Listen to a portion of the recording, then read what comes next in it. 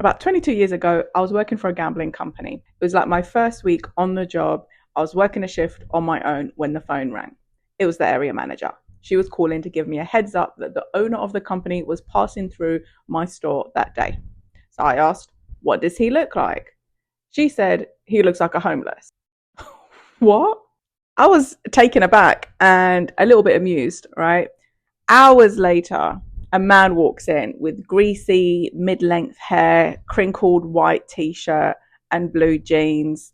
And I just knew that was him. I went up to him and I asked him, "Are you Mr. So?" He said, "Yeah." And I put my hand out, shook his hand, and introduced myself as his new staff. As I moved up in the company, I managed 10 locations around Southwest London. So I worked more closely with him and some of the senior members of staff. And something really interesting stood out. Whenever customers would approach him and ask, "Are you the owner? Are you the boss? Are you the one in charge?" He would always say no.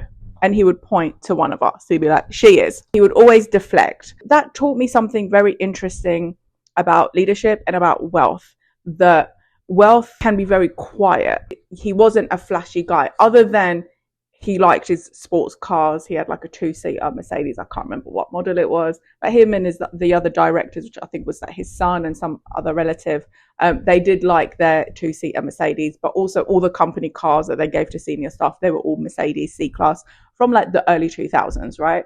Other than that, you wouldn't know it looking at him. He never wore any flashy jewelry, any name brands that you could see, anything like that. Many years later, when we hear about people like Mark Zuckerberg or other CEOs of other companies and founders of other massive tech companies, one thing that they eliminate is decision fatigue. And one way that they've found out how to do that by eliminating the choice of what to wear.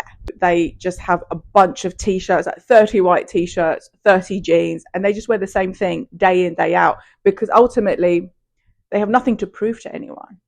And that was one of the biggest lessons that I learned, that you don't have to show off your wealth, and actually being low key like that is very beneficial for a lot of reasons. And wanting to be seen as the boss is not something you have to do. If you train up your team, you can very much take the back seat. And he just enjoyed collecting the money and having his team, his staff, us run the businesses for him.